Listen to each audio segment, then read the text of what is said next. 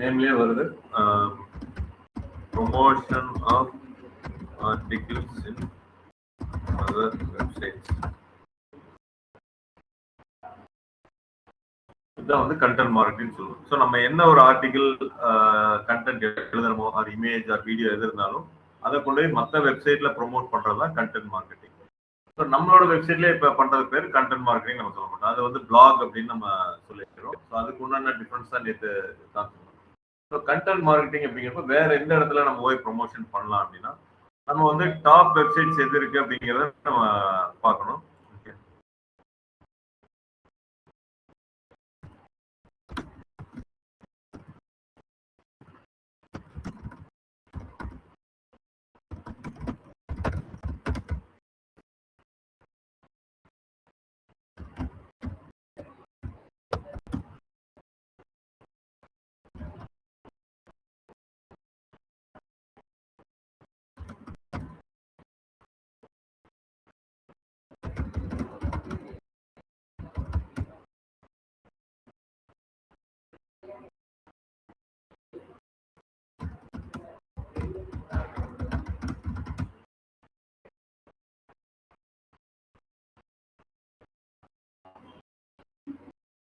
வேற எந்தெந்த வெப்சைட் அப்படின்னு பாத்தீங்கன்னா நம்ம எல்லாத்துக்கும் தெரிஞ்ச ஒரு இது வந்து பாத்தீங்கன்னா medium.com சொல்லுவோம். இது வந்து ஒரு highly ranked website. So TA or 2PA or 2 எல்லாமே ரொம்ப அதிகமா இருக்கிற ஒரு வெப்சைட். நிறைய ஆர்டிகல்ஸ்க்குமே இதுல வந்து ஃபேமஸான ஒரு வெப்சைட். ஸோ உள்ள போனீங்கன்னா நிறைய ஸ்டோரிஸ் எல்லாமே இருக்கும். இது வந்து நம்ம SEO பர்பஸ்லயும் முன்னாடி எடுத்துட்டு வரும் கூகுள். நிறைய நீங்க ஏதாவது படிக்கணும்னு பார்த்தா மீடியம்ல இருந்து படிக்கிற மாதிரி வரும். So always digital marketing trend இன் 2026 இப்படி ஏதாவது சர்ச் பண்றாங்க அப்படின்னா இந்த மாதிரி இதுல வந்து medium.com எடுத்துட்டு வர்றதுக்கு உங்களுக்கு அதிக வாய்ப்பு வந்து கூகுள் சர்ச்ல இருக்கு. ஸோ அதனாலதான் மீடியம்ங்கிற ஒரு எக்ஸாம்பிள் சொன்னேன். இப்போ நீங்களே ஜென்ரலா பாருங்க ஆல்வேஸ் டிஜிட்டல் மார்க்கெட்டிங் ட்ரெண்ட்ஸ் இன் 2026 போட்டீங்கன்னா என்னென்ன வெப்சைட்ஸ் எல்லாம் வருது, என்னென்ன டிஸ்கஷன்ஸ் வருதுன்னு பாருங்க. அந்த வெப்சைட்ஸ்ல காமனா இருக்கு, நம்மளை அலோவ் பண்றாங்க ஆர்டிகிள்ல சப்மிட் பண்றதுக்குன்னா அந்த வெப்சைட்டை நீங்க சூஸ் பண்ணுங்க. இப்போ ஃபார் எக்ஸாம்பிள் ஃபர்ஸ்ட் ஒன்று போட்ட டிஜிட்டல் மார்க்கெட்டிங் இன்ஸ்டியூட், இது வந்து அலோவ் பண்ண மாட்டாங்க. இது வந்து ஏன்னு கேட்டீங்கன்னா இது அவங்களே ஒரு கம்பெனி மாதிரி நடத்துறாங்க, அவங்களோட மட்டும்தான் இதுல இருக்கும். அதனால அலோவ் பண்ண மாட்டாங்க, நம்ம இங்க போய் எழுத முடியாது. இதுல எழுதலாமான்னு கேட்டீங்கன்னா இது வந்து ஒரு யூனிவர்சிட்டி சம்மந்தப்பட்டது, அவங்களோட மட்டும்தான் அலோவ் பண்ணுவாங்க, அதை கூகுள் எடுத்துட்டு. இந்த மாதிரி நீங்க பாக்குறப்ப எது நம்மளுக்கு எழுதுறதுக்கு அலோவ் பண்ணுவாங்க அப்படிங்கிறத பார்க்கணும். இதுவும் வந்து பாத்தீங்கன்னா அவங்களோட வெப்சைட் அதுல எழுதியிருக்காங்க. அப்ப நம்ம இப்படியே பார்த்துட்டே வந்தோம் அப்படின்னா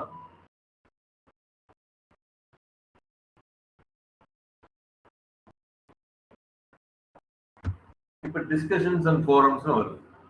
what digital marketing trends do you expect to be big in 2026 ரெட்டிட்ல எழுதியிருக்காங்க. அப்ப இதுல என்ன வருது, இந்த இடத்துல ஒரு 4 monthsக்கு முன்னாடி அதுக்கு இத்தனை பேர் வந்து ஆன்சர்ஸ் எழுதியிருக்காங்க. ஸோ நீங்களும் இந்த மாதிரி போய் ஆன்சர்ஸ் எழுதுனீங்கன்னா நம்மளோட நேம் வந்து இன்னும் பிரபலம் ஆகும். டைரக்டா வந்து கூகுள் சர்ச்லேயே வரும். ஸோ இதுதான் நம்ம ஆஃப் பேஜ் SEOன்னு சொல்ல மாட்டீங்களா, வேற ஒரு சைட்ஸ்ல கொண்டே நம்ம ப்ரொமோஷன்ஸ் பண்ணிட்டு வரோம். ஸோ இதுல போய் பாக்குறப்ப என்னன்னா லிங்க் அக்செப்ட் பண்றது இல்லை. ஸோ ஜஸ்ட் வந்து ரியல் டைமா வந்து உங்களுக்கு ஏதாவது தேவையான படிச்சுக்கிற அளவுக்கு தான் இருக்கு. பட் இவங்க இங்க எழுதியிருக்காங்க பாருங்க, லிங்கோட அளவு எழுதியிருக்காங்க, அலோவ் பண்ணியிருக்காங்க. Business are focusing more on communication experiential learning. இதை நான் கிளிக் பண்ணேன்னா திருப்பி இதுக்குள்ளேயே தான் ஓப்பன் ஆகும். மேபி எக்ஸ்டர்னல் லிங்க் தராங்களான்னு தெரியல நம்மளோட வெப்சைட்டுக்கு. ஸோ அந்த மாதிரி வந்து வேற வேற சில சைட்ஸ்ல போய் நீங்க சர்ச் பண்ணி ப்ரொமோஷன் பண்ணிட்டே இருக்கணும். HubSpotலயும் அவங்களோட இது விடுவாங்க. தேர்ட் பார்ட்டி சைட்ஸ் எழுதுறதுக்கு எங்க இருக்குன்னு பார்க்கணும். இப்போ உங்களால கண்டுபிடிக்க முடியல அப்படின்னா top 10 sites for article submission அப்படின்னு போடணும். சும்மா இப்போ இது வந்து உங்களுக்கு ஏஏ கொடுக்குறது. மீடியம்ல ஃபர்ஸ்ட் சொல்லுது, அடுத்தது எங்க சொல்லுது LinkedIn articles, app pages and Reddit. அப்ப ரெட்டிட்டும் அப்ளை பண்றாங்க. அப்ப மீடியம்க்கு என்ன சொல்றாங்க பாருங்க, ஐடிஏ 95+, 1 to 100 வரைக்கும் இருக்கிற டிஏல 95+ இவங்க இருக்காங்க. Favoured for reach and SEO, excellent for professional networking, uppages.com, highly quality. ஒரு எக்ஸாம்பிள் லாகின் பண்றேன்.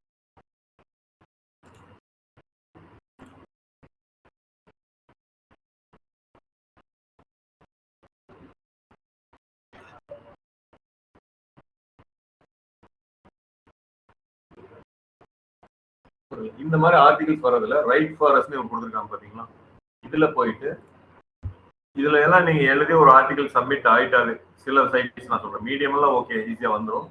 சில சைட்ஸ் எல்லாம் ரொம்ப எதிர்பார்ப்பாங்க, EAT இருக்கா, யாரு டார்கெட் ஆடியன்ஸ், எந்த நேரத்துல SEO ஆங்கிள் வச்சிருக்கீங்க, இது அத்தனையும் வந்து அவங்க பார்ப்பாங்க. ஸோ அதனால ஒவ்வொரு சைட்லயும் உங்களுக்கு அலோவ் பண்ணி நீங்க எடுத்து சப்மிட் பண்ணிட்டீங்கன்னா ரொம்ப பெரிய விஷயமா இருக்கும். அதை நீங்க இன்டர்வியூல காமிக்கலாம். இப்ப நம்ம சைட்ஸ்ல நீங்க எழுதுற பிளாக் நம்ம போடுவோம்னு சொல்றோம். ஸோ அதுவும் நீங்க லிங்கா வந்து காமிக்கலாம். அதே சமயத்தில் தேர்ட் பார்ட்டி சைட்ஸ்லயும் உங்களோட ஆர்டிகல்ஸ் எல்லாம் எழுதுனீங்கன்னா அதையும் நீங்க காமிக்கிற மாதிரி இருக்கும். அது என்னன்னு தெரியல, இது இந்த பேஜ் ஓப்பன் ஆகல. இப்ப பார்ப்போம். ஸோ என்ன விதமான இது வேணாலும் நீங்க எழுதிக்கலாம். இதுக்கு ஒரு லாகின் ஜாயின் பண்ணி எழுதுற மாதிரி இருக்கும். ஸோ அவன் காமிச்சதுல easinarticles.com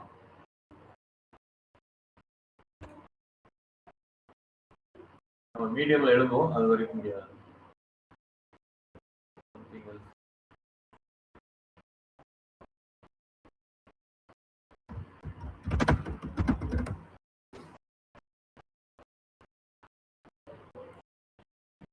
இல்லாம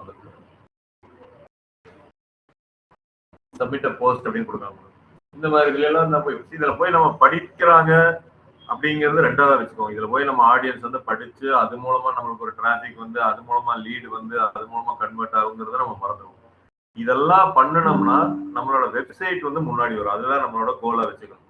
இதெல்லாம் பண்ணுனா நம்மளுக்கு லீட் என்கொயரி வரும் அப்படிங்கிறது இல்லாம இதெல்லாம் பண்ணணும்னா நம்மளோட வெப்சைட் SEOல முன்னாடி வருங்கிறதுக்காக தான் இந்த கண்டென்ட் மார்க்கெட்டிங் நம்ம பண்ணிட்டு இருக்கோம். ஸோ லாகின் பண்ணி போட சொல்றாங்க. ஸோ அதனால நீங்களும் ட்ரை பண்ணி பாருங்க இந்த சைட்ஸ் இதெல்லாம். நான் வந்து ஒரு ஜென்ரல் நேற்று எழுதுறதுக்காக என்ன பண்றேன் அப்படின்னா, அதே ஆர்டிகிள்ல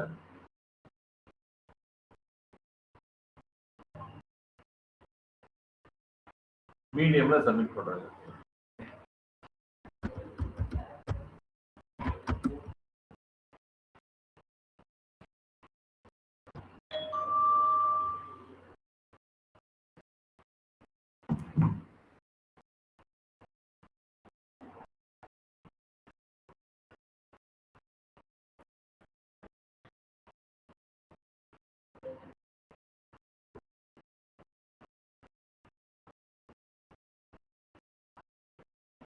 இப்போ மீடியம் வந்து நான் லாகின் பண்ணிட்டேன். நீங்களும் ஒரு அக்கௌண்ட் கண்டிப்பாக வச்சுக்கணும். இதில் நம்ம ஸ்டூடெண்ட்ஸ் எல்லாம் நிறைய எழுதியிருப்பாங்க. ஒரு 20-30 ஆர்டிகிள்ஸ் எழுதுவாங்க. ஸோ மேகா என்னன்னா, நீங்கள் இன்டர்வியூ போகிறதுக்கு முன்னாடி எப்படி நான் ஒரு 50-60 இமேஜஸ் நான் சொல்லி உங்களை இன்ஸ்டாகிராம்லேயோ எல்லாம் போட சொல்லணும், ரீல்ஸ் எல்லாம் கிரியேட் பண்ணி போட சொல்லணும். அதே மாதிரி ஆர்டிகிள்ஸும் ஒரு 50-60 ஆர்டிகிள்ஸ் வந்து மீடியம் வேற சைட்ஸ்ல எழுதி அந்த லிங்க் எல்லாம் நீங்கள் இது பண்ணி வச்சுக்கணும். இப்போ ஃபார் எக்ஸாம்பிள் கணேஷ் அப்படின்ட்டு நம்ம பழைய ஸ்டூடெண்ட் தான், அவர் பண்ணது உங்களுக்கு காமிக்கிறோம். உங்களுக்கு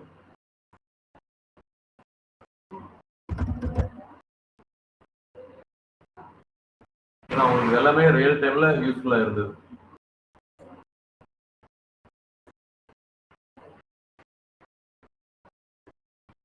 இதெல்லாம் கணேஷ் ஸ்டூடெண்ட் எழுதுனதுதான்.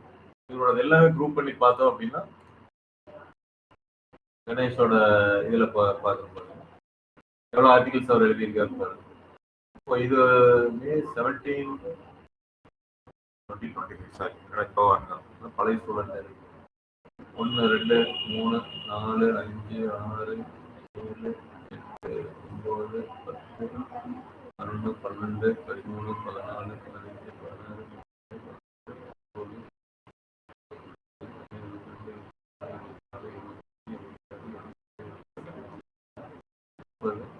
30 ஆர்டிகல்ஸ் எனக்கு தெரிஞ்சு இதுல மட்டுமே அவர் எழுதியிருக்காரு.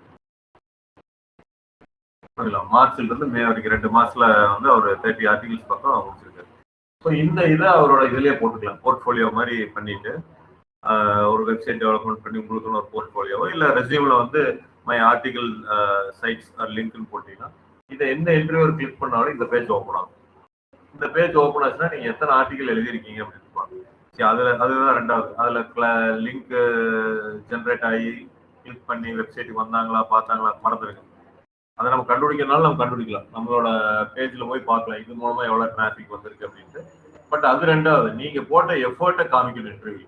அது ஏஐ யூஸ் பண்ணியிருந்தாலும் அதுக்குன்னு ஒரு 1/2 மணி நேரமோ 1 மணி நேரம் ஸ்பெண்ட் பண்ணி நீங்க பண்ணிட்டு இருக்கீங்க. இது 30 ஆர்டிகல்ஸ் போட்டதுக்கு நான் சொல்றேன், அட்லீஸ்ட் வேர் மினிமம் நீங்க ஒரு 1/2 அன் ஹவர் எடுத்துட்டீங்கன்னாவே 15 மணி நேரம் உங்களுக்கு ஸ்பெண்ட் பண்ணியிருக்காங்க. கிட்டத்தட்ட ஒரு நாள் அப்படின்னு வச்சுக்கோங்க. 24 ஹவர்ஸ்ல 15 ஹவர்ஸ் அவங்க ஸ்பெண்ட் பண்ணியிருக்காங்க அப்படின்னா இன்டர்வியூர் அதெல்லாம் வந்து பார்க்கணும். அப்ப நீங்க இன்னையில ஆரம்பிச்சீங்கன்னா மீடியம்ங்கிறது ஒரு இதுதான் சொன்னேன். அடுத்தது இப்போவே நம்ம பார்த்தோம் easinarticles.com அந்த மாதிரி இதெல்லாம். என்னென்ன சைட்ஸ் எல்லாம் கொஞ்சம் நல்ல சைட்ஸோ அதுல எல்லாம் போயிட்டு நீங்க ஒரே போஸ்ட் எல்லா பக்கம் போடாதீங்க. இப்போ நம்ம பிளாக்னு நேற்று எழுதணும், அதையே கொண்டு வந்து மீடியம்ல போடக்கூடாது. டெஸ்ட் பண்றதுக்காக வந்து போட்டு காமிக்கிறேன்னு நான் சொன்னேன். இப்போ நீங்க திருப்பி அதையே போட்டீங்கன்னா டூப்ளிகேட் கண்டென்ட் ஆயிடும். எப்பவுமே புரிஞ்சுக்கோங்க, கூகுள் வந்து டூப்ளிகேட் கண்டென்ட்டை என்கரேஜ் பண்ணாது. பிளாக்லயே அதே கண்டென்ட் இருக்கு, மீடியம்லயே அதே கண்டென்ட் இருக்கு. கூகுள் தெரியும் எந்த கண்டென்ட் ஃபர்ஸ்ட் போட்டிருக்காங்கன்னு தெரியும். ஸோ பிளாக்ல போட்டது ஃபர்ஸ்ட் வந்ததுன்னா அதுக்கு இம்பார்ட்டன்ஸ் கொடுக்கும், இதுக்கு இம்பார்ட்டன்ஸ் கொடுக்காது. அப்ப நீங்க மீடியம்ல இருக்கிறது வேஸ்டா போகும். ஸோ அதனால எப்பவுமே டூப்ளிகேட் பண்ணாதீங்க. நீங்க தனியா இன்னொரு ஆர்டிகல் தான் எழுதி ஆகும். இல்ல அப்படின்னா இந்த லிங்க் மட்டும் கொடுத்துருங்க. நீங்க வந்து சோசியல் மீடியா ஃபேஸ்புக்ல போயிட்டு my article about digital marketing trends using AI அப்படின்னு போட்டு கீழே லிங்க் கொடுத்துட்டீங்கன்னா அது வந்து டூப்ளிகேட் கண்டென்ட் ஆகுது. நீங்க அப்படியே கண்டென்ட்டவே காப்பி பேஸ்ட் பண்ணீங்கன்னா தான் டூப்ளிகேட் கண்டென்ட் ஆகும். இப்போ medium.com போவோம். என்னோட அக்கௌண்ட்ல இதுதான் என்னோட அக்கௌண்ட்டுக்கு ரைட் அப்படின்னு ஒன்று இருக்கு. ஸோ டைட்டில் நேற்று எழுதின இதை ஓப்பன் பண்றேன்.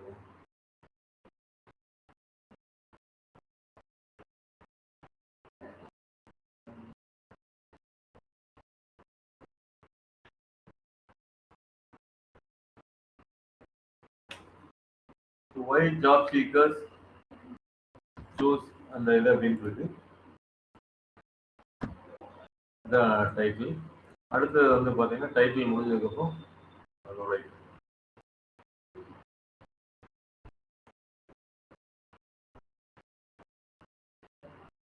add an image, video,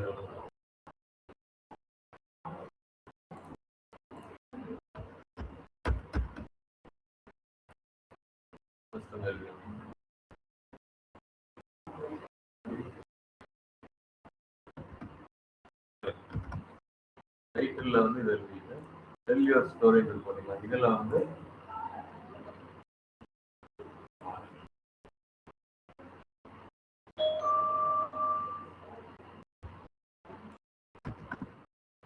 டோட்டலா வந்து பாத்தீங்கன்னா 1370 வேர்ட்ஸ். இல்ல பார்ட் பை பார்ட்டா பிரிச்சுக்கலாம், இமேஜ் அதெல்லாம் ஆட் பண்றது எல்லாமே. பட் நான் வந்து ஒரே இதுல போட்டேன், டேபிளர் காலம்ஸ்ல வரல. அதனால கொஞ்சம் இதா இருக்கு. நீங்க அந்த அலைன்மெண்ட் அதெல்லாம் பார்த்துக்கோங்க. இப்போ நான் வந்து டேபிளர் காலம் போடல. இங்க இதுல பாத்தீங்கன்னா டேபிளர் காலம் இருக்கு, அங்க பாத்தீங்கன்னா அது மாதிரி வரல. இது மாதிரி மாறி மாறி வந்து இதுதான் ஹெட்டிங், டேபிளர் கட்டிங். இது ஒரு சைடு இது ஒரு சைடு வர வேண்டியது. இது இல்ல, பட் நீங்க அப்படி எழுதிடாதீங்க. நீங்க எழுதுனா அதுக்கு பார்ட்டோ ஏதாவது பிரிச்சுட்டு இல்ல டேபிளர் காலத்துக்கு மேல வேற மாதிரி மாத்தி எழுதி போகுங்க. இதுல லிங்க்ஸ் இதெல்லாமே நாங்க கொடுத்தங்காட்டி அந்த லிங்க் வந்துருது. டிஜிட்டல் மார்க்கெட்டிங் கோர்ஸ் கோயம்புத்தூர் அப்படின்னா எங்க போகுது லிங்க் அப்படிங்கிறது எல்லாமே வந்துருக்கு. ஸோ இதை வந்து பப்ளிஷ் அப்படின்னு நான் கொடுத்தேன்னா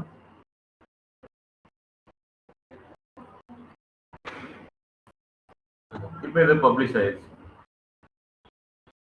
பப்ளிஷ் இங்க இருக்கு. இப்போ நான் ஒரு ஆர்டிகல் எழுதுற மாதிரி ஆயிரும். இதை நீங்க வந்து ஷேர் டு ஃப்ரெண்ட்ஸ், ஃபேஸ்புக் எல்லாமே பண்ணலாம். இனிஷியலா நீங்க எல்லா ஃப்ரெண்ட்ஸோட குரூப்ல எல்லாம் போட்டு விடுங்க. அதெல்லாம் கிளிக் பண்ணி பாக்குறப்ப உங்களுக்கும் அந்த லிங்க் வந்து கொஞ்சம் ப்ராப்ளம் ஆகும். இதுதான் வந்து நம்ம எழுதுன ஆர்டிகல். பட் இப்படி எழுதக்கூடாது, நல்லா புரிஞ்சுக்கோங்க. நான் அப்படியே காப்பி பண்ணி போட்டங்காட்டி இருக்கு. பார்க்கறதுக்கு நீட்டா டேபிளர்னா டேபிளர் காலம், இமேஜ் நிறைய இருக்கணும், எல்லாமே இருந்ததுனால முடியும். ஆனா நம்ம இப்ப பண்றது என்ன அப்படின்னா ஜஸ்ட் இந்த லிங்க்குக்காக தான் நம்ம பண்றோம். இந்த கூகுள் பார்க்குது ஆப்பிள் டெக்னாலஜியோட லிங்க் வந்து மீடியம்ல எங்கேயோ ஒரு ஓகே அவ்வளோதாங்க எழுதியிருக்காங்க. அதை பார்க்குறவங்களோ இல்லை லிங்க் கிளிக் பண்ணி வர்றாங்களோ அப்படிங்கிறது முக்கியம் இல்லை. ஆனால் அந்த லிங்க் அப்போ இது மாதிரி ஆப்பின் வெப்சைட்டை தவிர்த்து வேற எத்தனை இடத்துல ஆப்பினோட லிங்க் இருக்கு அப்படின்னு கூகுள் கால்குலேட் பண்ணுது. மீடியம்ல மட்டும் ஒரு 500 லிங்க் இருக்கு. கணேஷ் ஒரு 30 ஆர்டிக்கல்ல மினிமம் 30 லிங்க். இது மாதிரி வேற வேற ஸ்டூடெண்ட்ஸ் எல்லாம் எழுதுனதோ இல்லை மற்றது எழுதுனதோ எல்லாம் பார்த்தா ஒரு 1000 லிங்க்ஸ் இருக்கு அப்படின்னா 1000 மீடியம்லயும் மறுபடியும் வேற டைரக்டரியில அதிகமாகவும் இதெல்லாம் எடுத்துதான் நம்மளுக்கு total links available in other than ஆப்பின் வெப்சைட் அப்படிங்கிறத பார்க்கணும். அதை பேஸ் பண்ணி தான் அதுல எந்தெந்த இதெல்லாம் ஃபேமஸான வெப்சைட்ஸ் இருக்கு, எந்தெந்த இடத்துல இருந்து கிளிக்ஸ் எல்லாம் இவங்களுக்கு வருது, எந்தெந்த இடத்துல இருந்து கிளிக் வந்தது எல்லாமே ரொம்ப நேரம் டைம் ஸ்பெண்ட் பண்றாங்க நம்மளோட வெப்சைட், இதெல்லாம் கால்குலேட் பண்ணி நம்மளுக்கு எஸ்இஓல ரொம்ப நல்ல பொசிஷனை அது கொடுக்கும். ஸோ பேர் மினிமம் பொசிஷன் 1000 இடத்துல நம்ம லிங்க் இருக்கு அப்படிங்கிறத பேர் மினிமம். அந்த 1000த்துல எதுவுமே தப்பான இடத்துல இல்லை. அதாவது ஒரு கவர்மெண்ட் பேண்ட் சைட்டோ இல்லை யாருக்கும் பிடிக்காத சைட்லயோ நம்மளோட லிங்க் இருக்கக்கூடாது. நான் சொல்றது புரியுதுன்னு நினைக்கிறேன். அன்வான்ட் சைட்ஸ்ல எல்லாம் போய் நம்ம லிங்க் இருந்ததுன்னா நம்மளுக்கு கெட்ட பேர் ஆகும். ஸோ அதனால 1000 சைட்ஸும் நல்ல சைட்ஸ், ஆனா கிளிக் பண்ணுவாங்க இல்லையாங்கிறது ரெண்டாவது. அப்ப அதுக்கு ஒரு எஸ்இஓல ஒரு மார்க் தருவாங்க. இந்த 1000 சைட்ஸ்ல ஒரு 200 சைட்ஸ் வந்து ரொம்ப டாப் ரேங்க்டு சைட்ஸ், அப்ப அதுக்கு ஒரு மார்க் தருவாங்க. அந்த 200 சைட்ஸ்ல இருந்தோ இல்ல 1000ல இருந்தோ நம்மளுக்கு எத்தனை கிளிக் வருது அப்படின்னா அதுக்கு ஒரு மார்க் தருவாங்க. இப்படி ஒவ்வொரு இதுலயும் பொசிஷன் நம்மளுக்கு யூஸ்ஃபுல்லா இருக்கும். ஸோ நீங்க எஸ்இஓ அப்படின்னு நீங்க பண்றப்ப நம்மளோட சைட் வந்து ரொம்ப அதிகமா விசிபிலிட்டி எல்லாம் வரணும் அப்படின்னா வெறும் ஆன் பேஜ் அப்படிங்கிறது மட்டும் பத்தாது, வெறும் டெக்னிக்கல் அப்படிங்கிறது மட்டும் பத்தாது. we need this off page SEO அப்படின்னு நம்ம சொல்றோம். ஆஃப் பேஜ் எஸ்இஓங்கிறது பிளாக் ஆர்டிகல்ஸ் எழுதுறது, அது போக பிசினஸ் டைரக்டரியில ப்ரெஸ் ரிலீஸ் கொடுக்கறது, இது எல்லாமே நம்ம பண்றப்பதான் கம்ப்ளீட் ஒரு எஸ்இஓவை நம்ம முடிக்க முடியும். புரிஞ்சுங்களா? So are you able to follow me? ஆன்லைன்ல இருக்கவங்க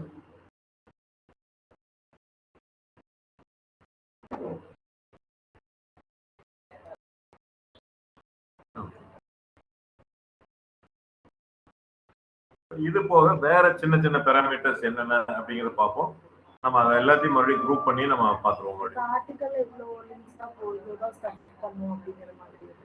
இல்ல, ஒரு ஆர்டிக்கல்ல நீங்க மினிமம் 2 அல்லது 3 லிங்க் வந்து நம்மளுக்கு வர மாதிரி பண்ணலாம். அந்த 2-3 லிங்க் டிஃப்ரெண்டா வச்சுக்கோங்க. எல்லாமே இந்த கோர்ஸ் பேஜ் வேண்டாம், அபவுட் அஸ் பேஜுக்கு, கான்டாக்ட் அஸ் பேஜுக்கு, ஹோம் பேஜுக்கு வர மாதிரி, இல்ல வேற ரிலேட்டட் பேஜுக்கு வர மாதிரி வச்சுக்கலாம். எதுவும் கிடைக்கலன்னா ட்ரைனிங் பேஜுக்கே வர மாதிரி வச்சிருங்க. பட் டிஃப்ரெண்டா காமிச்சினா நம்புற மாதிரி இருக்கும். எல்லாத்தையும் எப்போ பாரு நம்ம இதுவே பண்ற மாதிரி இருக்கும். அது மாதிரி நிறைய வெப்சைட்ல நிறைய இது பண்ணலாம். ஒரே வெப்சைட்ல ஒரு 3-4 தடவை வந்தா போதும், ரொம்ப எல்லாம். இப்போ ஏன்னா நீங்க விக்கிபீடியா எடுத்து பாருங்க, ஜிஎஸ்டி இந்தியா அப்படின்னு சும்மா போடுறேன். இந்த விக்கிபீடியா முன்னாடி வருது பாத்தீங்களா, 3ஆவதுல வருது. இந்த விக்கிபீடியாங்கிறது என்ன பாத்தீங்கன்னா ஃபுல்லா லிங்கா தான் இருக்கும். இன்டர்னல் லிங்க்ஸ் தான் ரொம்ப அதிகமா இருக்கும். நீங்க பாருங்க, இங்க ஒரு லிங்கா, இதை கிளிக் பண்ணா விக்கிபீடியாக்குள்ள தான் போகும். இங்க லிங்க் விக்கிபீடியாக்குள்ள போகும். நிறைய லிங்க் இருக்கிறப்ப கூகுள் அதை ரொம்ப லைக் பண்ணுது. ஆனா யூசர் லெவல் எடுத்து பாத்தீங்கன்னா கொஞ்சம் ஹேட் பண்ணுவாங்க, ஏன்னா தொடர்ந்து லிங்கா இருக்கு. ஆனா யூசருக்கும் பிடிக்கும், நிறைய அவங்க தெரிஞ்சுக்கிறாங்க. பட் நிறைய லிங்க்ஸ் வேண்டாம், ஒரு 3-4 லிங்க்ஸ் இருந்தா நம்மளுக்கு போதும். ஏன்னா விக்கிபீடியா மாதிரி இருந்தா படிக்கிறதுக்கே ஒரு மாதிரி இருக்கும், ஃபுல்லா லிங்காவே தான் இருக்கும். ஆனா கூகுள் இதை லைக் பண்ணும். ஏன்னா Google will identify what are the links available in the internet through இந்த மாதிரி ஒரு இதுக்கு தான் அது கிராலிங் இண்டெக்சிங் வரும். அங்கிருந்து தெரிஞ்சுக்கும். விக்கிபீடியாவுக்கு வரும் கிராலிங் இண்டெக்சிங். அங்க வந்து இந்த பேஜுக்கு வந்து இங்க இருந்து ஒரு 100 லிங்க் எக்ஸ்டர்னல், ஐ மீன் புது லிங்க் இருக்கும். இங்க இருந்தா உடனே எல்லா லிங்கையும் அதை ஐடென்டிஃபை பண்ணும். அதனால links are most liked by Google, internal or external, any type of link. நம்ம வந்து அதுல எவ்வளவு லிங்க் போடுறோம் அப்படின்னா யூசருக்கும் போர் அடிக்காத அளவுக்கு இருக்கணும். அப்படின்னா ஒரு 3-4 வச்சுனா போதும். ஸ்டார்டிங்ல ஒன்று, மிட்ல ஒன்று, லாஸ்ட்ல ஒன்று, மறுபடியும் இன்னும் 1-2 எங்கேயாவது வச்சு. இல்லாட்டி வெறும் லிங்காவே இருந்ததுன்னா அது வேற ஒரு ஆங்கிள் அது நல்லா இருக்காது அப்படிங்கிறதுக்காக நம்ம போடுறோம். பட் நம்மளை பொறுத்தவரை போதும், ஒரு 3-4 லிங்கே வந்து போதும். பட் நம்ம வெறும் கூகுளுக்காக எழுதுறீங்கன்னா நீங்க கொடுங்க, நிறைய லிங்கே கொடுங்க. யூசருக்காக எழுதுனா லிங்கை குறைச்சிக்கோங்க. இதுதான் நம்ம பார்த்த கண்டென்ட் மார்க்கெட்டிங். ஆர்டிகல் எப்படி எழுதணும், ஏஐ யூஸ் பண்ணி டைட்டில் சூஸ் பண்ணதில் எடுத்தோம், டேபிள் ஆஃப் கண்டென்ட்ஸ் எடுத்தோம், ஒவ்வொன்றுக்கும் 200 வேர்ட்ஸ் வேணும்னு எடுத்தோம், ஒவ்வொன்றிலையும் இந்த கீவேர்டு வரணும்னு எடுத்தோம், ஒவ்வொன்றிலையும் லிங்க் எங்கெல்லாம் வரணும், போல்டு எங்கே வரணும் அப்படிங்கிறதெல்லாம் எடுத்து நம்ம முடிக்கணும். இப்படி ஒரு ஆர்டிகல் அதில் எந்த இடத்துல இம்ப்ளிமெண்ட் பண்ணியிருக்கீங்க அப்படிங்கிறத எடுத்துட்டு இதை வந்து நம்ம மீடியம், ஆர்டிகல் ஈசன் அந்த மாதிரி வெப்சைட்ஸ்ல ப்ரொமோட் பண்றோம். நீங்க சோசியல் மீடியாலும் ப்ரொமோட் பண்ணலாம். வாட்ஸ்அப்லயும் ஒரு ஸ்டேட்டஸ்ல இந்த லிங்கை வச்சீங்கன்னாலும் ப்ராப்ளம் ஆகும். இதெல்லாம் தான் மார்க்கெட்டிங், கண்டென்ட் மார்க்கெட்டிங். வாட்ஸ்அப்ல ஸ்டேட்டஸ் வச்சீங்கன்னா யாராச்சும் கிளிக் பண்ணி பார்ப்பாங்க. பட் நீங்க படிக்கிறதுக்கு ஆள் இல்லை, அட்லீஸ்ட் ஒரு கிளிக் நடக்கும் உங்களுக்கு அப்படிங்கிறத சொல்லுவாங்க. அதர் டைப் ஆஃப் பேராமீட்டர்ஸ் அப்படின்னு நம்ம பார்க்கலாம், கொஞ்சம் பார்க்கலாம்.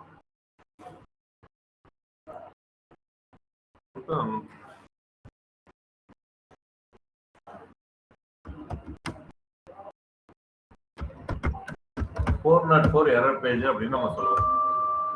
404 எரர் பேஜ் அப்படின்னா என்ன அப்படின்னா,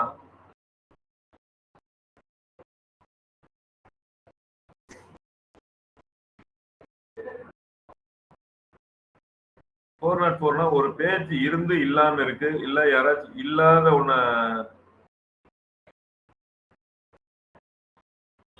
இல்லாத ஒரு பேஜ் தேடிட்டு வந்தாங்க அப்படின்னா, நம்ம நார்மலா வந்து பாத்தீங்கன்னா பிளாங்கா லோட் ஆகும். கொஞ்ச நேரத்துக்கு முன்னாடி கூட லோட் ஆச்சு பாத்தீங்கன்னா, அந்த ஈஸின்னு ஏதோ நம்ம படிச்சோம்னா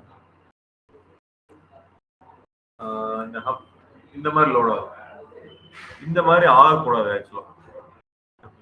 எப்ப நீங்க ஒரு தப்பான ஒரு வெப்சைட்டையோ இல்ல தப்பான இதை அடிச்சுட்டு வந்தாங்க அப்படின்னா, இந்த மாதிரி பிளாங்கா லோட் ஆகக்கூடாது.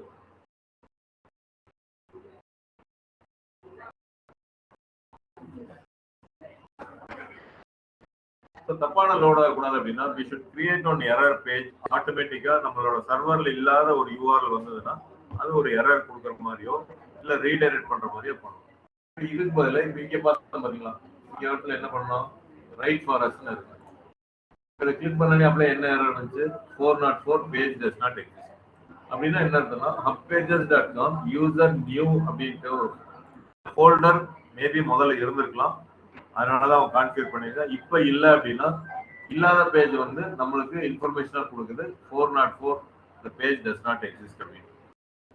எப்பவுமே உங்களோட வெப்சைட்ல ஒரு பேஜ் இல்லைன்னா, நார்மலா இந்த 404 லோட் ஆகலைன்னா என்ன ஆகும்னா இந்த மாதிரி ஆயிருக்கும். எதுவுமே இல்லைன்னா இந்த மாதிரி கூகுள் இந்த மாதிரி விடாதீங்க சைட் அப்படின்னு சொல்றாங்க. வச்சிருப்பீங்க இப்ப இல்ல அப்படிங்கிறப்ப இல்லாத பேஜுக்கு 404 கொடுங்க அப்படின்னு அவங்க சொல்றாங்க. ஸோ இந்த 404 அப்படிங்கிறது ஒரு வெப்சைட் டெவலப்பர் நீங்க சொன்னீங்கன்னா அவங்க பண்ணிடுவாங்க. இல்ல இப்ப இன்னைக்கு இருக்கிற டெவலப்பர்ஸ்லாம் தெரியும் 404 அப்படிங்கிறப்ப என்ன ஆகும்னா, வேர்ட் ப்ரெஸ் அதெல்லாம் வந்து ஆட்டோமேட்டிக்கா ஹேண்டில் பண்ணிக்குது. 404 பேஜ்லாம் ஆட்டோமேட்டிக்கா ஹேண்டில் பண்ணிக்குது. ஸோ இல்லாத பேஜ் வர்றதுக்கு இப்போ நம்மளோட வெப்சைட் எடுத்துக்கலாம். இந்த மாதிரி இருக்கு, டேட்டா சயின்ஸ் வித் ஏஐ. இப்போ இந்த இடத்துல கோயம்புத்தூர் 1 ஆர் டபுள் இ போட்டு நான் அடிச்சிடறேன். டைப் நான் பண்ணிட்டே வரேன், 2 இ போட்டு அடிச்சிடறேன், என்ன நடக்குதுன்னு பாருங்க. 404 sorry, the page you are looking is not found, please visit our home page.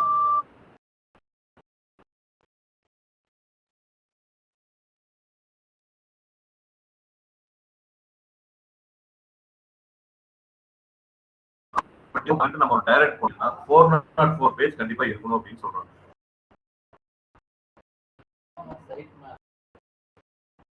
Side மேப்ல இது ஒரு பேஜ் வந்து வேர்ட்பிரஸ்ல அவங்க வச்சிருப்பாங்க. அது வேற, அது அடுத்தது சைட் மேப் வந்து வேற.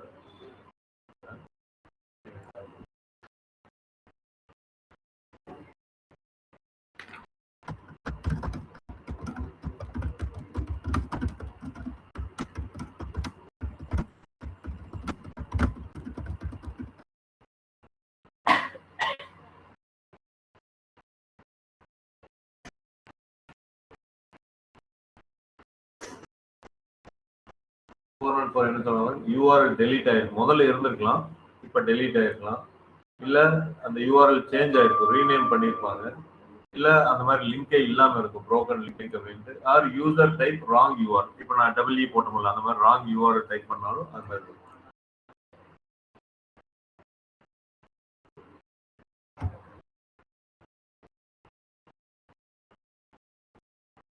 How to set up 404 page வேர்ட்பிரஸ்ல எப்படி செட் பண்ணணும்னா, யூசிங் தீம் ஃபைல். நான் தான் சொன்னேன் ஆட்டோமேட்டிக்கா அது எல்லாமே ஹேண்டில் பண்ணிக்குதுன்னு நான் சொன்னேன். அப்பியரன்ஸ் தீம் எடிட்டர்னு ஒன்று இருக்கும், இது வேர்ட்பிரஸ்ல இருக்கும். நான் காமிக்க சொல்றேன், வேர்ட்பிரஸ் தினேஷ் அவரை காமிக்க சொல்றேன். திருப்பி வந்து அந்த வேர்ட்பிரஸ் இது வந்து கிளாஸ் இருக்கும், மண்டே டியூஸ்டே வெட்னஸ்டே நம்ம பண்றேன். எஸ்சிஓ நீங்க ஒன்று பண்ணிடணும் அதுக்கு ஆப்ல.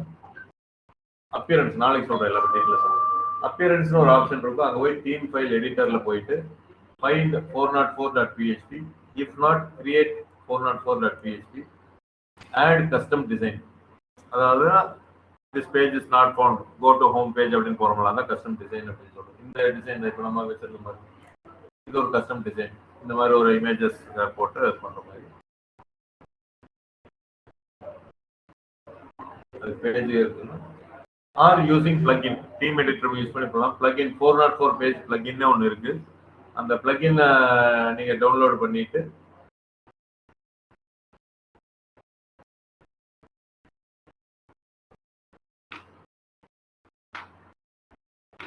do not redirect all 404s to home page, Google disliked. So நிறைய பேர் என்ன பண்ணுவாங்கன்னா, நீங்க ஃபிட்டாவெல்லாம் பார்த்தீங்கன்னா ரீடைரக்ட் பண்ணிடுவாங்க. இந்த கான்செப்ட் ஏதோ ஒரு பேஜுக்குள்ள போய்க்கலாம். கார்பரேட் ட்ரைனிங் இருக்குங்களா, நான் வந்து இன்னொரு ஸ்பெல்லிங் மிஸ்டேக் கூட ஏதோ நினைக்கிறேன். இவங்க வந்து உடனே என்ன பண்ணிட்டாங்க, ரீடைரக்ட் பண்ணிட்டாங்க. நான் தப்பா அடிச்சோம்னா 404 பதிலாக ஹோம் பேஜ் கொண்டு வந்துட்டாங்க. இதுவும் பண்ணலாம், இவங்க முன்னாடி தான் இருந்துட்டு இருக்காங்க.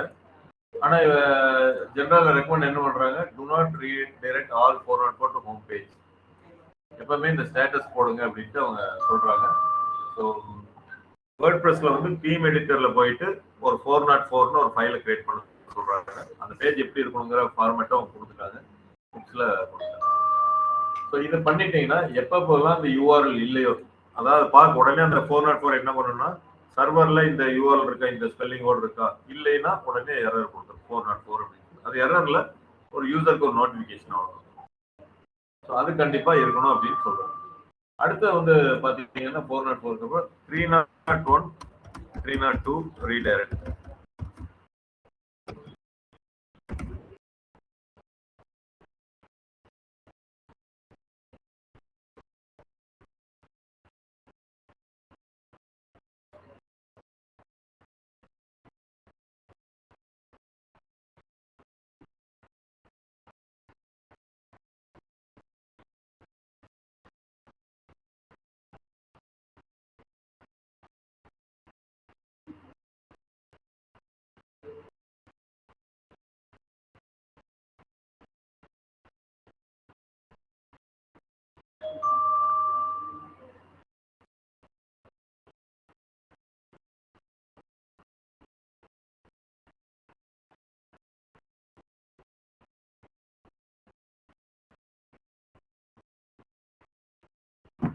.301 302 அப்படின்னா என்னன்னா, நீங்க ஒரு யூஆர்எல் இருக்கு, appincoimbatore.com/digital marketing course in Coimbatore அப்படின்னு இருக்கு. அது வந்து ஒரு ஏதோ ஒரு பர்பஸ்க்காக digital marketing course in Coimbatore பதில டிஜிட்டல் மார்க்கெட்டிங் ட்ரைனிங் இன் கோயம்புத்தூர்னு நீங்க மாத்துறீங்க, அந்த யூஆர்எல்ல மாத்துறீங்க. மாத்துறப்ப என்ன ஆகும்னா, பழைய யூஆர்எல் சர்வர்ல இல்லாம போயிடும், புதுசு மட்டும்தான் இருக்கும். நீங்க நேம் சேஞ்ச் பண்ண அப்ப என்ன ஆகும் அப்படின்னு கேட்டீங்கன்னா, ரொம்ப நாளா எஸ்இஓ பண்ணி நீங்க அந்த பேஜ் கொண்டு வந்திருப்பீங்க, கோர்ஸ் இன் கோயம்புத்தூர் அப்படிங்கிறத. திடீர்னு நீங்க ட்ரைனிங் இன் கோயம்புத்தூர் மாத்துறப்ப அது ஃபர்ஸ்ட் இருந்து எஸ்இஓ பண்ற மாதிரி ஆகும். ஏன்னா அது யூஆர்எல் சேஞ்ச் ஆயிருக்கும். நீங்க ஆல்ரெடி டிஜிட்டல் மார்க்கெட்டிங் தேவைன்னா இந்த யூஆர்எல் காமிக்கிறதுக்காக கூகுள் ட்ரை பண்ணுவாங்க. அது கிளிக் பண்ணி பார்த்தா அது இல்லை அப்படிங்கிறப்ப எரர் பேஜ் தான் வரும் மறுபடியும். ஸோ அப்போ எஸ்இஓலையும் உங்களுக்கு அஃபெக்ட் ஆகும். ஸோ அதனால கூகுள் என்ன சொல்றாங்கன்னா, இந்த மாதிரி ஏதாவது நீங்க சேஞ்ச் பண்றீங்க, ரீநேம் பண்றீங்க, இல்ல டிஜிட்டல் மார்க்கெட்டிங் கோர்ஸ் இன் கோயம்புத்தூர்ங்கிற பேஜை டெலீட் பண்ணிடுறேன், இனிமேல் எனக்கு வேண்டாம், அந்த கோர்ஸ் எடுக்கிறத ஸ்டாப் பண்ணிட்டேன். உங்களுக்கு நீங்க வேண்டாம் அப்படின்னா ஸ்டாப் பண்ணிட்டீங்க. ஆனா கூகுள்ல அந்த பழைய எஸ்இஓ இதில் அது இருந்துட்டே தான் இருக்கும். கூகுள் வந்து ஒரு 5-6 மாசத்துக்கு அப்புறம் தான் இந்த யூஆர்எல் இல்லை அப்படிங்கிறத முடிவு பண்ணும். அது வரைக்கும் ஒரு டெம்பரரியா அதுவும் ஒரு ஹோல்டில் வச்சிருக்கும். அப்போ கூகுள் அது வரைக்கும் என்னன்னா, கோர்ஸ் இன் கோயம்புத்தூர் யாராச்சும் தேடுறப்போ நம்மளோட இது காமிக்கும். ஆனா யூசர் கிளிக் பண்ணி நாட் ஃபவுண்ட் அப்படின்ட்டு வரும்.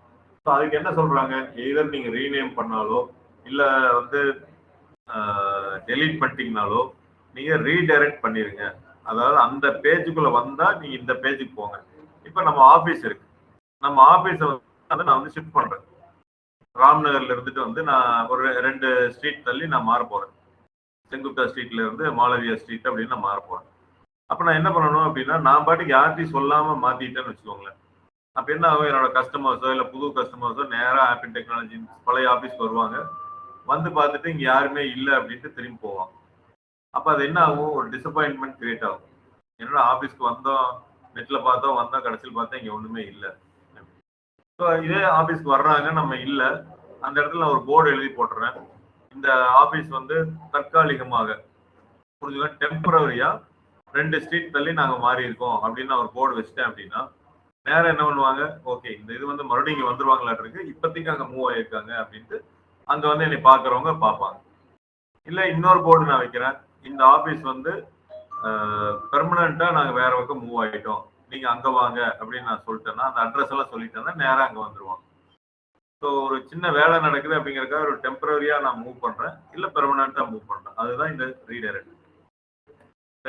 இந்த போர்டு வைக்கலைன்னா வந்து வந்து பார்த்துட்டு திரும்பி போயிட்டே இருப்பாங்க. நீங்க ஃபோன் பண்றாங்கிறதுல விட்டுருங்க, சொல்ற பொதுவா வந்து வந்து பார்த்துட்டு திரும்பி போறப்போ ஒரு ஒரு நெகட்டிவ் பர்செப்ஷன் தான் நம்ம மேல கிரியேட் ஆகிற மாதிரி இருக்கும்.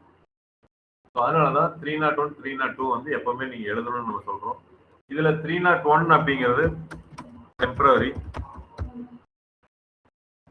302ங்கிறது பெர்மனன்ட். அதாவது பெர்மனண்டா ஒரு யூஆர்எல் நீங்க சேஞ்ச் பண்ணிட்டீங்க, இதுக்கப்புறம் அந்த யூஆர்எல் வரவே வராது அப்படின்னா 302 எழுதிடுங்க. அது போடுறேன், இங்கே பார்ப்போம். 301 302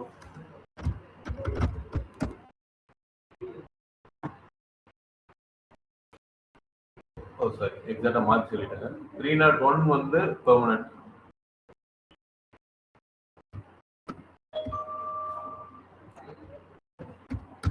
301 வந்து பெர்மனன்ட், 2 தான் வந்து டெம்பரரி.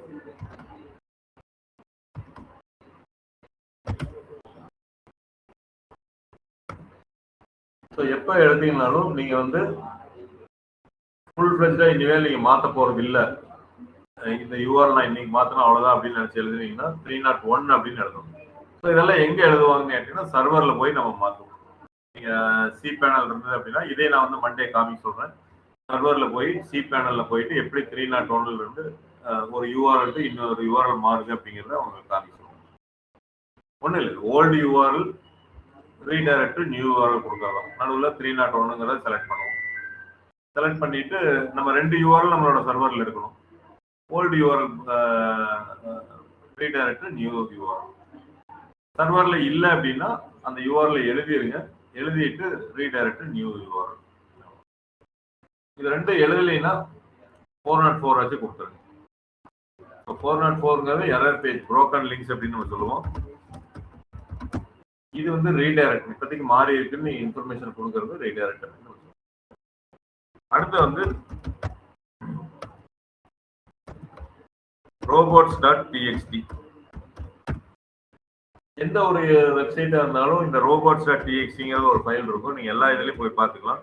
appincoimbatore.com/robots.txt அப்படின்னு நீங்க அடிச்சீங்க அப்படின்னா ஒரு நோட்பேட் ஃபைல் மாதிரி உங்களுக்கு ஓப்பன் ஆகும். இது வந்து ஆட்டோமேட்டிக்கா நம்ம வேர்ட்பிரஸ்ல அப்படியே ஜென்ரேட் ஆகலாம். வேர்ட்பிரஸ் யூஸ் பண்ணா நிறைய அட்வான்டேஜ் இருக்கு, ஆட்டோமேட்டிக்கா ஜென்ரேட் ஆகிடும். robots.txtங்கிறது என்ன அப்படின்னா ஒரு பர்டிகுலர் இதை வந்து நீங்க கூகுள்லயோ இல்ல மற்ற சர்ச் என்ஜின்ல இருந்து ஹைட் பண்ணணும்னு நினைச்சீங்க, மறைக்கணும்னு நினைச்சீங்கன்னா robots.txt யூஸ் பண்ணலாம். இல்ல யூஆர்எல் வந்து digital marketing course in Coimbatore, இது வந்து ஹைலி கான்ஃபிடென்ஷியல் சைட், யாருக்கும் தெரியக்கூடாது அப்படின்னு நினைச்சீங்கன்னா இந்த இடத்துல disallow digital marketing course in Coimbatore அப்படின்னு நீங்க எழுதிட்டீங்கன்னா அந்த பேஜ் வந்து கூகுள் சர்ச்ல வராது. புரிஞ்சுங்களா? கூகுள் சர்ச்ல வரக்கூடாது அப்படின்னா டிஸ்அலவ் போட்டு எழுதிடுங்க. கூகுள் சர்ச் கிடையாது, எந்த சர்ச்லையும். ஏன்னா யூசர் ஏஜென்ட் ஸ்டார் அப்படின்னா என்ன மீனிங் அப்படின்னா எல்லா சர்ச் என்ஜினும் குறிக்கிறது. எல்லா சர்ச் என்ஜின்லயும் இது டிஸ்அலவ். யூசர் ஏஜென்ட் ஸ்டார் அப்படின்னு போட்டிருக்கு. கொஞ்சம் மாறி வரணும், இது அளவு தான் எல்லாமே வர்ற மாதிரி இருக்கும். டிஸ்அலவ் போட்டிருக்காங்க.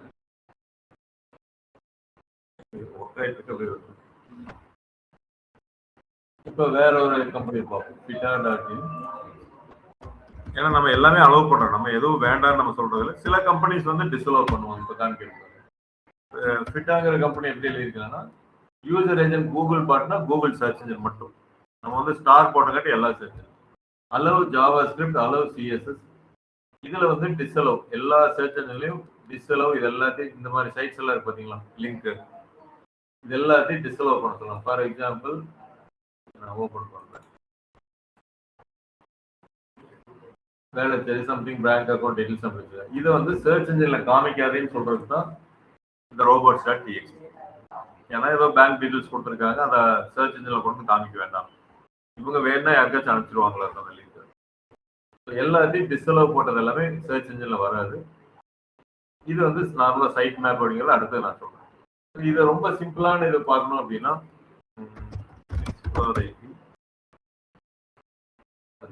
இவங்களெல்லாம் பாருங்க.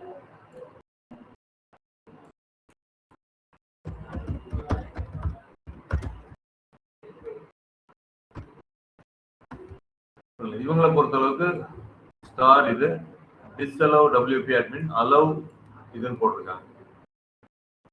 ஸோ ஒன்றும் இல்லை, robots.txt சர்ச் இன்ஜினுக்கு கொடுக்கக்கூடிய மெசேஜ் இது.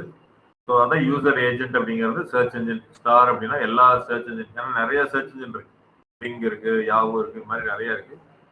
டிஸ்அலோவ்னா ஏதாவது நீங்க டிஸ்அலோவ் பண்றீங்க, உங்களோட என்டையர் வெப்சைட்லயே ஒன்றை காமிக்க வேண்டாம்னு நினைச்சீங்கன்னா டிஸ்அலோவுக்கு அப்புறம் அந்த ஃபோல்டர் கொடுத்துருங்க. அலோவ் அப்படின்னா எல்லாத்தையும் அலோவ் பண்றீங்கன்னா அப்படியே விட்டுருங்க.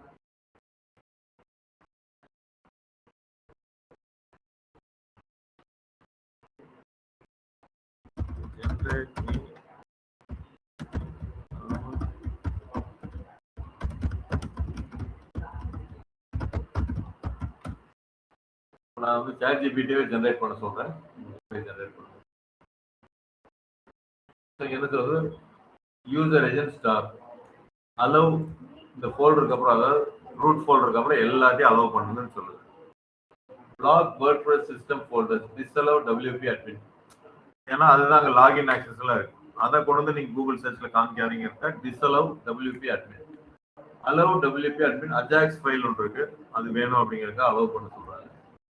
Disallow CGI bin unnecessary files block search and other disallow. இவ்வளோலாம் நீங்க வேண்டாம், நம்மளோட பெரிய சைட்ஸ் கிடையாது. நம்ம எழுதணும் அப்படின்னா யூசர் ஏஜென்ட் ஸ்டார் அலோவ், இது மட்டுமே போதும், இந்த 2 லைனே போதும். கடைசியில இந்த சைட் மேப் அப்படிங்கிற ஒரு சைட் மேப் ஃபைல் இது எல்லாம் இருக்கு அப்படின்னு காமிக்கிறது. robots.txt எது, வாட் இஸ் த யூஸ் அப்படின்னு போறப்ப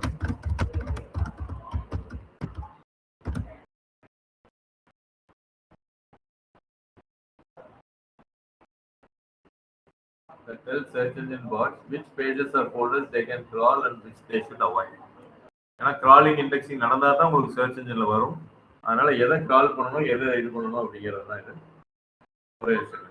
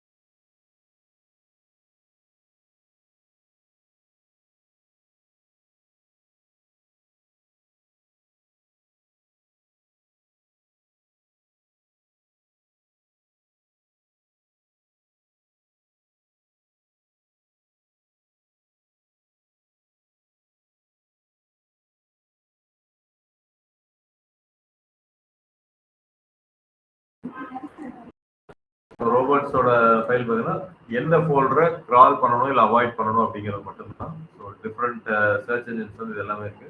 imagine your website is a college campus, some rooms are public class room, some rooms are private. So private ரூமை நீங்கள் வந்து பார்க்காதீங்கன்னு சொல்றது தான் வந்து ரோபோட்ஸ் ஆக்டி. Don't enter the staff room. Control search engine crawling இதெல்லாமே இருக்கு. ஸோ ஒரு ஒரு வெப்சைட் இருந்ததுன்னா நீங்க கண்டுக்காம விட்டுறலாம். எனக்கு வந்து ரோபோட் சைட் டெக்ஸ்டே வேண்டியதுன்னு கூட விட்டுறலாம். பட் கூகுள் வந்து இந்த சைட் இருக்கா, இந்த பேஜ் இருக்கா அப்படின்னு பார்க்குது, டெக்ஸ்ட் ஃபைல் இருக்கான்னு பார்க்குது. அது பார்க்கறதுனால நீங்க வந்து robots.txtங்கிற ஒரு ஃபைலை கிரியேட் பண்ணி அதில் இந்த மாதிரி பண்ணி வைக்கிறது தான் ரெக்கமெண்டட் டெக்னிக் ஃபார் SEO. அந்த ஃபைலே இல்லை அப்படின்னா it will not be good for SEO. அதனால ரெக்கமெண்டட் டெக்னிக் கண்டிப்பா வந்து நீங்க வந்து ஒரு robots.txtங்கிற ஒரு ஃபைலை நீங்க எழுதணும். அடுத்து இதே மாதிரி சிமிலர் ஒரு ஃபைல் வந்து பாத்தீங்கன்னா sitemap.xml. இந்த sitemap.xml என்ன பண்ணா நம்மளோட வெப்சைட்ல எத்தனை லிங்க்ஸ் இருக்குதோ அத்தனை லிங்கையும் ஒரு இடத்துல குரூப் பண்ணி காமிக்கிற ஒரு இடம். இப்ப உங்களுக்கு இந்த இடத்துல பாத்தீங்கன்னா தெரியாது நம்மளோட சைட்ல வந்து எத்தனை லிங்க் இருக்கு அப்படிங்கிறது உங்களுக்கு தெரியாது. இந்த வெப்சைட்ல பாத்தீங்கன்னா இந்த மாதிரி பேஜஸ் எல்லாம் இருந்துட்டு இருக்கனாலே எத்தனை பேஜ் இருக்குன்னு தெரியாது. பிளாகுக்குள்ள உங்களுக்கு 100 பேஜ் இருக்கும். ஸோ இது எதுவுமே வந்து வெளியில இருந்தா தெரியாது. பட் இதே இது நான் சைட் மேப்ல போனோம்னா எல்லாத்தையும் குரூப் பண்ணி ஒரு இடத்துல காமிக்கணும். அப்ப இந்த சைட் மேப் வந்து நாட் குரூப் அப்படிங்கிற ஒரு இது சொன்னாலும் அடுத்த அட்வான்டேஜ் என்னன்னு பாத்தீங்கன்னா கூகுள் வந்து இந்த சைட் மேப்பை ரீட் பண்ணும். எந்த வெப்சைட் போனாலும் robots.txt இருந்தா ரீட் பண்ணிக்கும். அடுத்து வந்து சைட் மேப் இருந்தா ரீட் பண்ணும். இந்த சைட் மேப்ல 500 லிங்க் இருக்கு அப்படின்னா எந்தெந்த லிங்க் டேட்ல மாடிஃபை பண்ணிருக்காங்க. இப்போ நான் வந்து இந்த ஒரு பிளாக்ங்கிற பேஜ் நான் ஏதாவது அப்டேட் பண்ணிருக்கேன், ஒரு சேஞ்சஸ் பண்ணிருக்கேன், டெலிட்டோ ஆடோ கண்டென்ட் ஏதாவது நான் பண்ணியிருந்தேன்னா லாஸ்ட் மாடிஃபைட் இதை காமிக்கும். அப்போ கூகுள் நினைச்சுக்கோ ஓகே இதெல்லாம் மாடிஃபிகேஷன் பண்ணியிருக்காங்க, ஸோ நம்ம இந்த பேஜை போய் கிராலிங் இண்டெக்ஸிங் உடனே நம்ம பண்ணிக்கலாம், அப்போதான் எனக்கு என்ன சேஞ்ச் நடந்திருக்குன்னு எனக்கு தெரியும், கிராலிங் இண்டெக்ஸிங்க்கு வரும். ஸோ அதுதான் வந்து சைட் மேப் அப்படின்னு நம்ம சொல்றோம். இப்போ உங்களுக்கு அதுக்கு முன்னாடி இதை கேட்கறேன், வாட் இஸ் சைட் மேப்?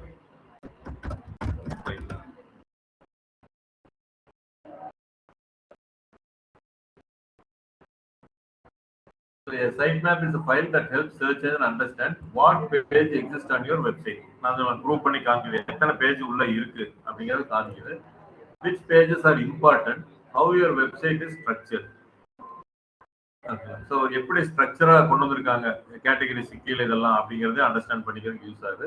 எந்த பேஜ் இம்பார்ட்டன்ட் இருக்கு, எந்த பேஜ் மாடிஃபை பண்ணிருக்காங்கன்னு அண்டர்ஸ்டாண்ட் பண்ணிக்கிறோம். Course pages, blog pages, category, images, XML அப்படின்னு சொல்லி இப்போ நம்மளோட டைரக்டா நம்ம பார்க்கலாம். இதுதான் ஆக்சுவல் .xml சொல்றது ஆக்சுவல். சம்டைம்ஸ் வந்து என்னன்னா ரீடைரக்ட் ஆகி அண்டர்ஸ்கோர் இண்டெக்ஸ்ங்கிறதுக்கும் போகும். வேர்ட்பிரஸ்ல எல்லாம் பண்றதா நீங்க அடிக்கிறது sitemap.xml அடிங்க, அது என்ன போகுதுன்னு சொல்லுதுன்னு பார்ப்போம்.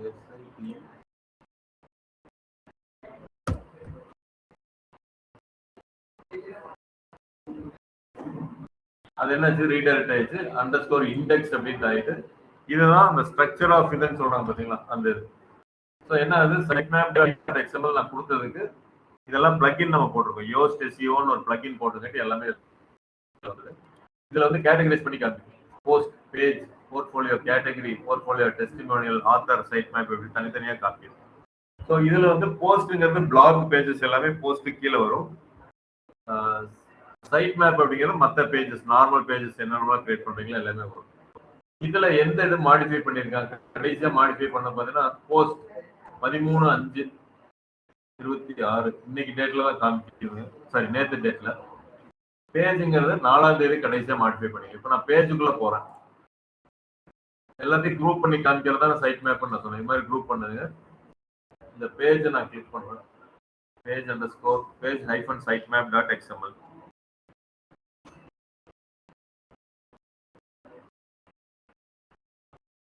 இப்போ நம்ம இதுக்குள்ள பாத்தீங்கன்னா 118 URLs இருக்குன்னு சொல்லுது. இதுக்குள்ள என்னென்ன பேஜஸ் எல்லாம் நம்ம போட்டிருக்கோமோ அது எல்லாமே பிளாக் இல்லாம பேஜஸ் மட்டும் சொல்லுது. இதுல பாத்தீங்கன்னா லாஸ்ட் மாடிஃபைன்னு காமிக்கும். இதெல்லாம் பாத்தீங்கன்னா ஏப்ரல் 22 இந்த ஹோம் பேஜ் மாடிஃபை பண்ணிருக்காங்க, அதுக்கப்புறம் எதுவுமே பண்ணல. 5ஆவது மாசம் எது பண்ணிருக்குன்னா 2024 2026ல 4ஆம் தேதி கிடைச்ச மாதிரி இந்த டிஜிட்டல் மார்க்கெட்டிங் கோர்ஸ் கோயம்புத்தூர் இருக்கு பார்த்தீங்களா, இதுதான் மே 4ஆம் தேதி நம்ம மாடிஃபை பண்ணிருக்கோம்.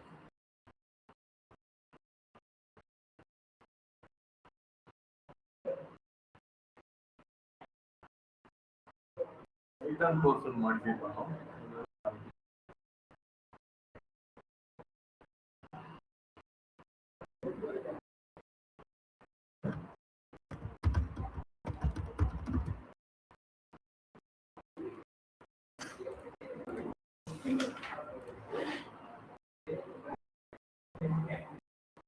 நாளுன்னு காமிக்கிறேன். ஆக்சுவலா இது ஒரு பண்ணலன்னு தெரியல. ஸோ இந்த இது காமிக்கிறதுனால உங்களுக்கு என்ன அட்வான்டேஜ்னா, கூகுள் இந்த சைட்டை ரீட் பண்ணிட்டு எந்த பேஜ் கடைசியா மாடிஃபை ஆயிருக்கோ அதை போய் இமீடியட்டா கிரால் பண்ணும். ஏன்னா மீதி எல்லாமே ஒரு தடவை கிரால் பண்ணி வச்சிருக்கும், 10 நாளைக்கு முன்னாடி 20 நாளைக்கு முன்னாடியோ. கடைசியா எதை கிரால் பண்ணிருக்குன்னு தெரிஞ்சதுன்னா உடனே அந்த பேஜ் மட்டும் போய் பண்ணும். Entire site crawling and indexing entire சைட்டுக்குமே நடக்காது, ஒவ்வொரு பேஜ் வைஸா தான் நடந்துட்டு இருக்கும். ஒரு தடவை கிராலிங் நம்மளுக்கு பண்ணிச்சுன்னா என்டையர் சைட்டுக்கு கிராலிங் ஆகாது, ஒவ்வொரு பேஜா தான் அது பிடிச்ச பேஜ் பண்ணிட்டு இருக்கும். அது பேஜ் ப்ரையாரிட்டி கொடுக்கறது சைட் மேப்ல எது மாடிஃபை பண்ணியிருக்கோ கொடுக்கும். ஸோ அதனாலதான் நீங்க மாடிஃபை பண்ணா ஆட்டோமேட்டிக்கா கொஞ்ச நாள்ல கூகுள் கண்டுபிடிச்சிருது இது மாடிஃபிகேஷன் நடந்திருக்கு அப்படின்ட்டு. அந்த லேட்டஸ்ட் அப்டேட் எடுத்து சர்ச் ரிசல்ட்ஸ்ல கொடுத்துருது, இல்ல எஸ்இஓக்கு அதை பயன்படுத்திக்கலாம். அதான் வந்து சைட் மேப் அப்படின்னு நம்ம சொல்றோம். இது வந்து வேற சில டெக்னாலஜிஸ்ல எல்லாம் பண்ணா நீங்க தான் ஜென்ரேட் பண்ற மாதிரி இருக்கும். வேர்ட் ப்ரெஸ்ங்காட்டி ஆட்டோமேட்டிக்கா அது ஜென்ரேட் ஆயிடும். இல்லாட்டி ஜென்ரேட் சைட் மேப் அப்படின்னு நீங்க போட்டீங்க அப்படின்னா ஃப்ரீ ஜென்ரேஷன் இருக்குது, ஒரு 500 பேஜ் வரைக்கும் ஃப்ரீயா இருக்கும். ஏதோ ஒரு வெப்சைட் நீங்க பாட் கோவை அப்படின்னு அடிக்கிறோம் பாருங்க, இந்த மாதிரி வந்து அதுவே ஜென்ரேட் ஆகுது.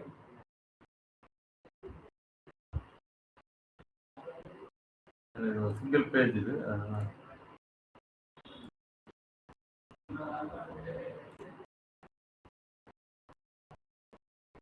பே பண்றாங்க.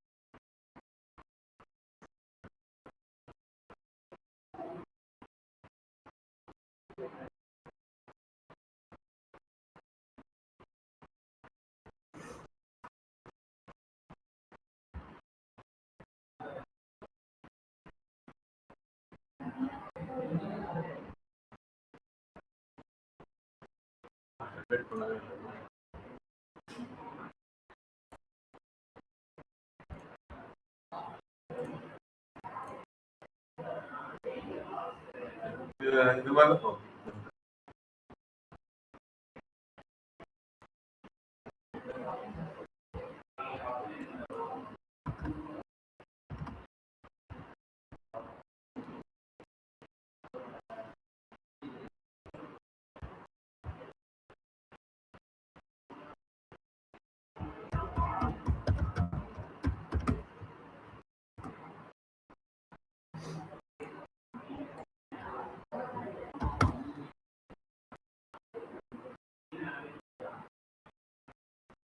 அலோங்கிற ஆப்ஷன் இங்க வரலைங்க. ஆக்சுவலா அலோ ஒன்று வரணும், அதனால கரெக்ட்.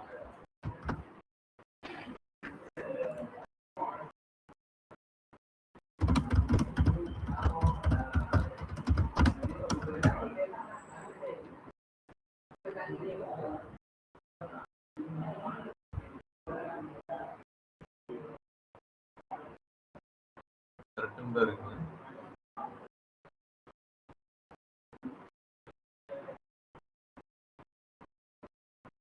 ஸோ நம்மளுக்கு ஜென்ரேட் ஆகுது. அப்படி வேண்டாட்டி இந்த மாதிரி சைட்ஸ்ல போயிட்டு நீங்க ஜென்ரேட்டர் கொடுத்தீங்கன்னா ஜென்ரேட் ஆகும். ஸோ ஒரு காம்படிட்டிவ் அனாலிசிஸ் நீங்க பண்றீங்க அப்படின்னா ஒரு காம்படிட்டரோட சைட் எடுத்து போட்டு பாருங்க, சைட் மேப் டாட் எக்ஸ்எம்எல் அப்படின்ட்டு. ஸோ அவங்க என்னென்னலாம் வச்சிருக்காங்கன்னு உங்களுக்கு தெரிஞ்சிடும், எத்தனை பேஜ் இருக்கு, எதுக்கு இருக்கு அப்படிங்கிறது எல்லாமே உங்களுக்கு நீங்க உட்காந்து படிச்சீங்க அப்படின்னா தெரிஞ்சிடும். இப்போ ஃபிட்டாவோடது சைட் மேப்னு போட்டோம்னா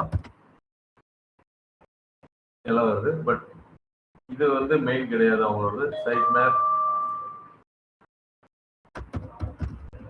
அண்டர்ஸ்கோர் இண்டெக்ஸ் அப்படின்னு போட்டீங்கன்னா இதுல தான் அவங்களோட மெயின் இருக்கு. பேஜ் அப்படின்னு நீங்க போட்டீங்கன்னா எத்தனை பேஜஸ் வச்சிருக்காங்க இங்க மேலேயே இருக்கு பாருங்க. 998 யூஆர்எல்ஸ். நம்மளுக்கு பார்த்தீங்கன்னா 118 காமிச்சது. இவங்க 1000 யூஆர்எல்ஸ் வச்சிருக்காங்க. ஏன்னா multiple branches, multiple courses, multiple pages for each course எல்லாமே சேர்றப்ப பெங்களூர், சென்னை, கோயம்புத்தூர் ஒவ்வொன்றுக்கும் 50, 100 இப்படி எல்லாம் வைக்கிறப்ப ஆட்டோமேட்டிக்கா 1000 பேஜஸ் வந்தது, எக்ஸ்க்ளூடிங் பிளாக். ஸோ இது எல்லாமே எப்பப்போ மாடிஃபை பண்ணியிருக்காங்க எல்லாமே சர்ச் இன்ஜின் தெரிஞ்சது. ஸோ அது மூலம் கிராலிங் இண்டெக்ஸிங் ஈஸியாக இருக்கு. நிறைய பேஜஸ் இருக்கிறதுனால நிறைய கண்டென்ட் உள்ள ஃப்ளோ ஆகுது, நிறைய மாடிஃபிகேஷன்ஸ் அதிகமாக நடக்கிறதுனால கூகுள் வந்து இந்த வெப்சைட்டை ஸ்ட்ராங்காகவும் நினைக்குது. ஸோ அதனால பேஜஸ் இருந்தாலும் தப்பு இல்லை, நிறைய கண்டென்ட் இருக்கிறதுனால கூகுளுக்கு அது எப்பவுமே அட்வான்டேஜ் தான். அந்த அளவுக்கு நீங்க வச்சு மெயின்டைன் பண்ற மாதிரி இருந்தது. ஏன்னா நிறைய பேஜ் வைக்கிற பிரச்சனை இல்லை, பட் அதுக்கப்புறம் ஸ்லோவாகும், சைட் ஸ்பீடு குறையும். ஒன்றுக்கு நல்லா இருக்கும், நிறைய பேராமீட்டர்ஸ் ஓகே கொண்டு வரலாம், அதே சமயத்தில் ஸ்பீடு உங்களுக்கு டிக்ரீஸ் ஆக ஆரம்பிச்சிடும். அதனால எல்லாத்தையும் மெயின்டைன் பண்ணி அவங்க நம்பர் 1ல இருந்துட்டு இருக்காங்க எஸ்இஓ பொறுத்தளவு. இதுதான் வந்து அவங்களோட சைட் மேப் .xml அப்படிங்கிறது. இதெல்லாம் தான் ஒரு பேராமீட்டர்ஸ்.